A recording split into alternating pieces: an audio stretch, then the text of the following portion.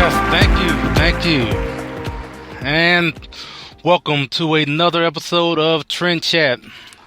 I am your host, Brian Bledsoe, and as always, you can connect with us on social media, whether it's Facebook, Instagram, or Twitter. The name is all the same, TrendChat 24/7. So, right now we are, as I look at the statistics, we are at 399 plays. We are one play away from 400 plays. And I'm guessing after this is released and you listen, you will be the 400th play, whoever you are. Thank you. And from this point on, and just continue on to 400,000 plays and 4 million plays. I mean, let's go for that. So, once again, I appreciate everyone who is listening and who has been listening in the past. Just going back on that number, I'm just surprised to see, 399 that people are actually somewhat interested in hearing what I have to say.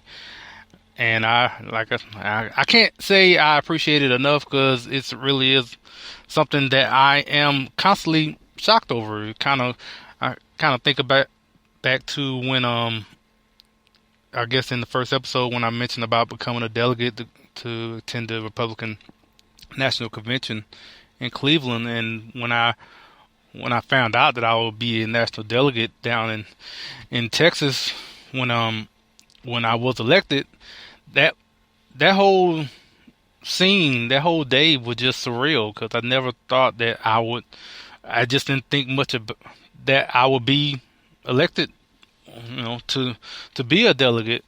I mean, even though I did put my name in to run as one, but it just the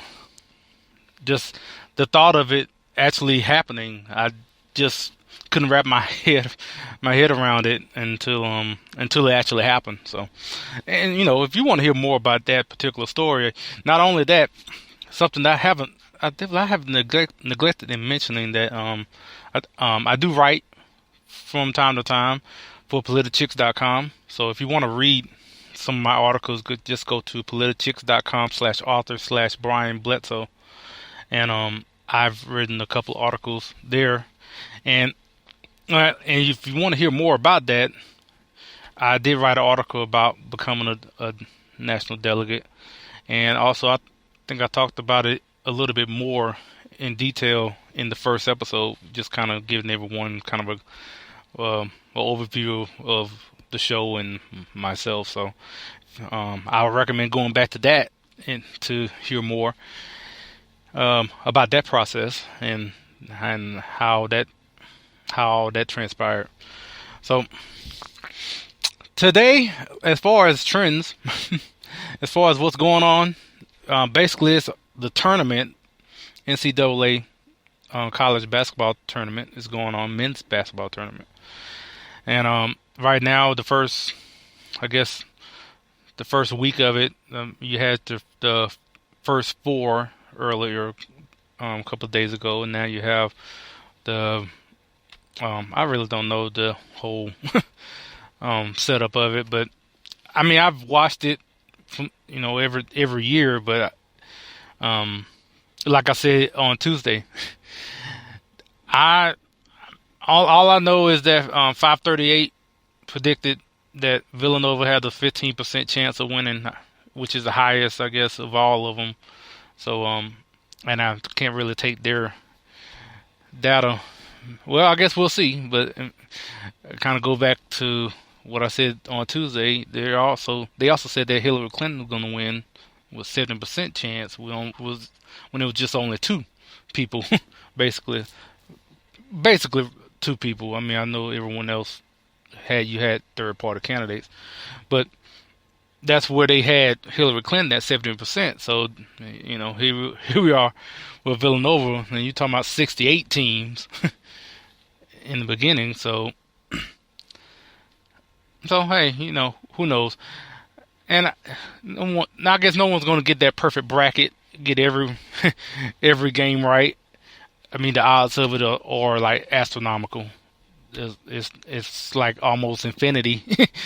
The odds are infinity of not getting that bracket. But But yeah, so that's kind of the big deal going on right now. Obviously, politically, the American Health Care Act, Trumpcare, if you want to call it, this very flawed bill is it did pass the budget committee today. You actually had 3 Republicans vote against it today, but now it goes to the House floor, where now it's going to get even more interesting. I mean, it's already interesting now, but now you're going to have all the representatives out there. Then you have your chance for amendments and whatnot. And so we'll see where this goes now when it hits the floor. I'm guessing it's going to be next week. I don't know yet, but I'm guessing it's going to be next week. And like I said before, this whole bill, given the, with the subsidies, basically turning, you had the subsidies in Obamacare, and now you had the tax credits, were basically the same thing.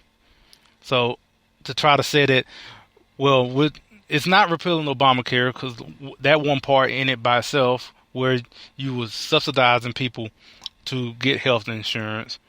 Now Republicans turn around and call it tax credit, but it's like I said in the beginning, it's still government controlled health care.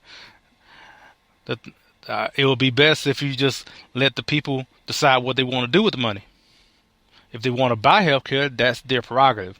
If they don't want to, that's on them. It's not the government's job to be providing health care. And unfortunately, too many people don't agree. There are not a lot of free market conservatives in the Republican Party, let alone the whole Congress. So it's unfortunate.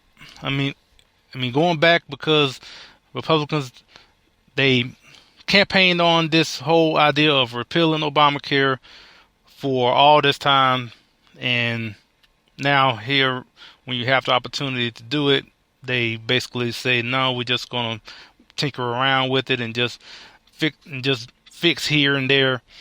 And like I said, you have a lack of free market conservatives in the Republican Party, to where, also in the Republican Party, not only do you not have free market conservatives who would rather have the free market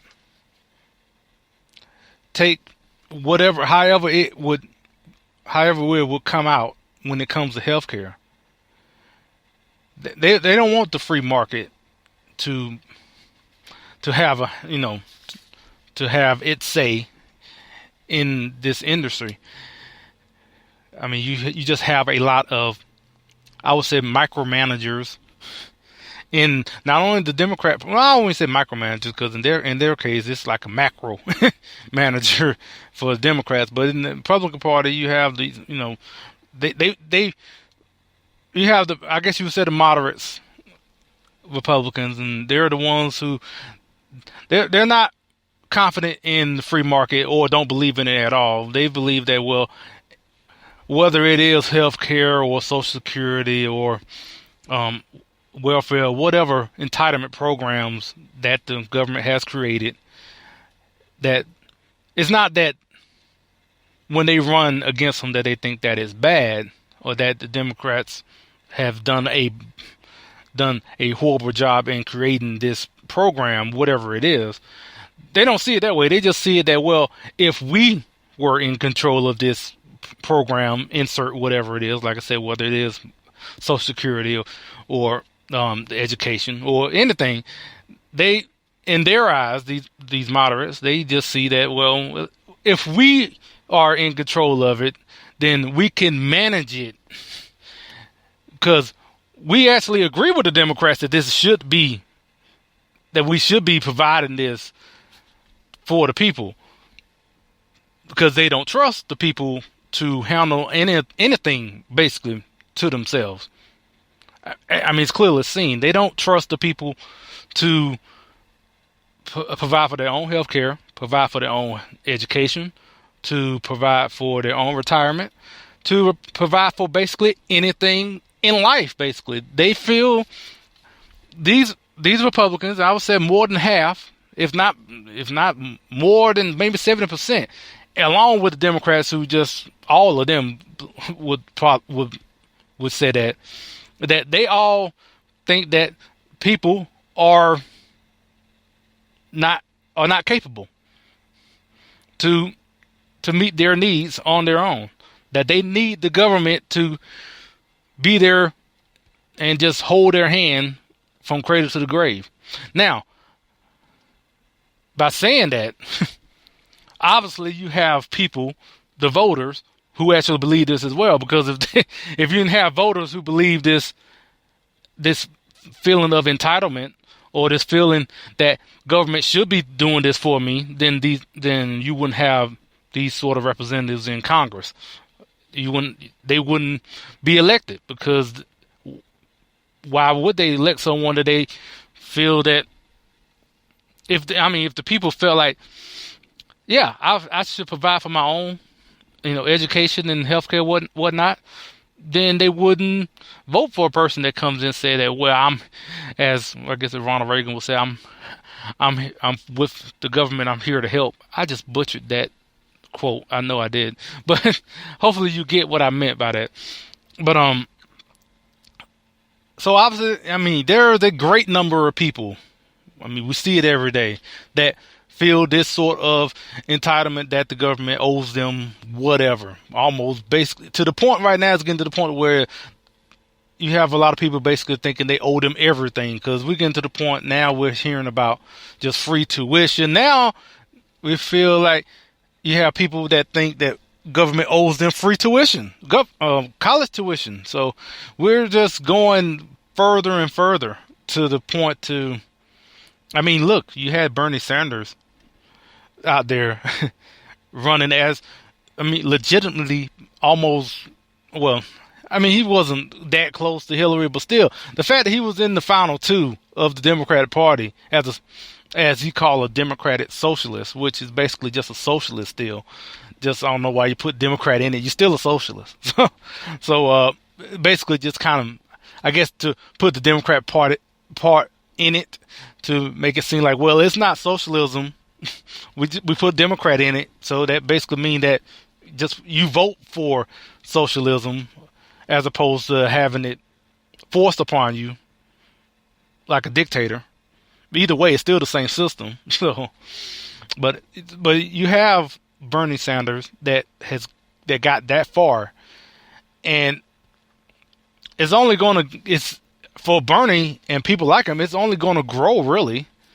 You're just gonna have more people that's agreeing with this way of thinking, because they feel entitled and they feel that the government owes them something. And I've seen polls of young people feeling are more favorable toward socialism than capitalism, and that gap is growing to where they're feeling more favorable toward socialism now as opposed to capitalism. So, and having Bernie Sanders definitely was a factor, I would say, of that growth of people that kind of got on board, as you say, feel the burn, I guess. So so that's, as far as talking about people feeling entitled. And so when you have that large group of people, and it is a very large group of people, you have the Democrats and the Republicans. And you have a good number of Republicans who feel the same way. And from all this is where you get this very weak bill from Republicans now to so-called repeal Obamacare, which it really doesn't. So, well, like I said, we'll see when now that it goes on the House floor, and we'll hear all the debates. It'll be on on C-SPAN, and I'll be trying to watch from here and there. So tonight, also just want to say thank you for Spreaker for providing this platform for me to go on this rant, I guess in a way. And right, we are broadcasting from Temple, Texas tonight, and also want to mention that we are available on Google Play, finally, and also on iTunes. So so if you have an Android or Apple, you can still hear TrendChat. All you got to do is go on iTunes or Google Play and search TrendChat. I searched for it myself. I saw it there. I saw it on Google Play, so I searched and I saw. Okay, all right, it's there. And I searched on iTunes as well, and I saw it there. So okay, so it's there. So if you have one of those, I would appreciate it if you would subscribe, rate it, and all that. Share it with your friends. Hopefully they'll hear this and like, man, this guy's great. And I share this with other people and keep sharing it to the point to the point I don't have to drive this truck anymore, I guess. I'll probably still drive. It'd just be a hobby then, as opposed to being my primary job. So that's basically what I have for today. There was other things yesterday. There was the Dutch elections. So Geert Wilders, he did not win to become prime minister, and he came close. It's funny because he kind of came up over the weekend over here, especially because he was retweeted by Congressman Steve King in that controversy that he had as far as what he tweeted out, and then I guess some of the comments he made it in interviews the days after. If you want to hear more about what I had to say about Congressman Steve King, who I did meet last week, and at that time I was anticipating having him on TrendChat, but I don't know if it's going to happen now. But if you want to hear more about that, I did talk about that on Tuesday. So anyway, like I said, the Dutch elections passed yesterday, and now you have, or I guess the center-right party. I mean, I don't know much about Dutch politics. I mean, I can't say I know a whole lot about American politics, so I'm definitely ain't gonna go into Dutch politics right now. But I remember just coming across that and just seeing that, and also like I mentioned about the tournament that's finishing up, and I was trying to see what else was going on. I knew it was something. Well, just to finish up on the I'm not finishing up on that. 'Cause I'm pretty sure I'm going to talk about this whole Obamacare replacement plan for the next couple of, who knows how long this is going to keep going. But one thing I did want to mention that I didn't talk about on Tuesday is that with this whole plan that they're trying to, it is getting through. I mean, now, like I said, it's going on the House floor, but it seems like that the Republicans don't understand how difficult that it's going to be to try to motivate conservatives to, ain't so much to vote for them, because I mean, at the end of the day, I guess they will vote for them in the general or whatnot. But I mean, you could have some that maybe won't, or at the very least, they won't be enthusiastic about it. They won't be out there wanting to go knock on doors for you because you insert whatever Republican that is advocating for this bill now, and when it's come time for re-election, to have them coming out having volunteers conservatives out there door knocking, calling, getting on the phones and whatnot, they're probably less enthusiastic to do it because you made this promise about repealing Obamacare, and you kind of backed off of that to support this weak bill that's going through now. And so it gets kind of harder to really be motivated to really get behind that candidate. I mean, you might still go out and campaign for him, but you kind of would be you might be a little bit less enthusiastic to do it, and doing it. So because you kind of feel like, well, and then if you try to make your point about whoever it is, and then they have they have this going on that has happened, that they were advocating for this, and even though they said they were going to repeal Obamacare, then you could try to have to explain that.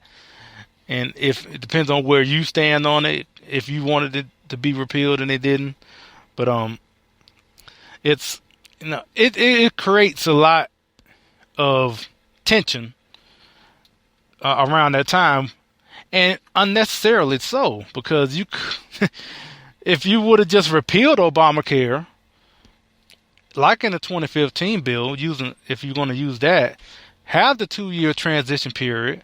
In that 2-year transition period, come up with free market ideas like Senator Rand Paul's plan in having health savings accounts, and just a whole, I guess, a litany of free market ideas that would not only save money, but also provide better care. But the caveat to that is that if you do that, that means that the government don't have control. And like I said earlier, in this podcast, a lot of them want control. It's not even about the free market. It's not about cost either, really. It's more about control. And I ain't, trying to get conspiratorial about it, but it's really, I think it's just more about making sure that we're in control of it. So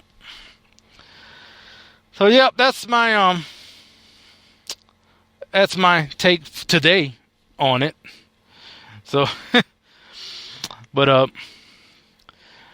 I do want to mention before I close, do want to mention a group I've mentioned numerous times called the Founding Project. And it's very easy to think of them when I'm talking about things like this, because taking care of, I guess you could say, finding in the Constitution where it says that the government should provide you health care, to everyone. That's not in the Constitution. And more people would know that if they, learned from the Founding Project. And so a lot of times when I'm talking about this, it's, they're pretty easy to be on top of my mind, because, a lot of this could be, not a non-issue if more people knew about the Declaration of Independence and the Constitution, and really, really knew about the founding of the country and all that. And so I really, would support the Founding Project. Right now they have a Facebook group. Just go on Facebook and search The Founding Project, and hopefully, go there and learn some, or if you already know, then you could have this group to help you to show other people as far as learning about the Constitution. So definitely want to just give them a quick shout. And as for today, this is a pretty short trend chat today, mainly because of the couple of things that are going on. I mean, I could go on and on and on. I mean, like I said in the first episode, there's always something trending. There's always something going on. But as far as right now, just kind of want to keep it short. If I can keep it short, that's would be best. I will say, not to kind of be rambling on and on. Maybe you're probably listening right now. You're probably saying, "Well, you're kind of rambling right now, sir." So, so if that's what you're saying, I am going to stop now. Then, okay. So, anyway, I appreciate you listening. I appreciate everyone downloading and whatnot. And I will guess I maybe have another program on Sunday, maybe, or maybe just do a video. Most definitely will be back next Tuesday. And just want to thank everyone once again. I keep saying that over and over again, don't I? But just want to say thank you for listening, and hopefully more people would get to like it. If so, tend to share it. And until Tuesday, I will chat with you later.